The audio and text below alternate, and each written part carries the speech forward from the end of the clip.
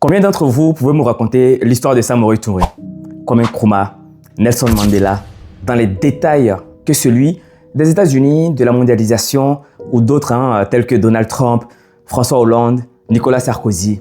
Vous voyez, malheureusement, notre système scolaire est fait de telle sorte que nous puissions plus apprendre de ce qui vient d'ailleurs que ce qui vient de l'intérieur de notre pays, de nos différents continents.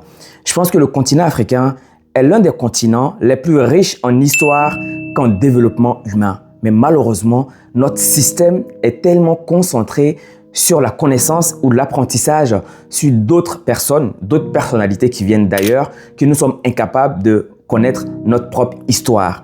Je pense que chacun d'entre nous devrait s'approprier naturellement, volontairement, c'est-à-dire prendre l'initiative d'aller apprendre, de s'approprier son histoire.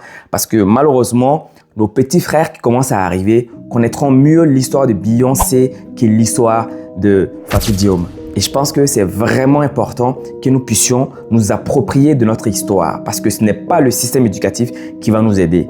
Prenez le livre d'histoire de votre pays. Vous allez voir que malheureusement, on parle plus de la mondialisation que de l'histoire de votre propre pays.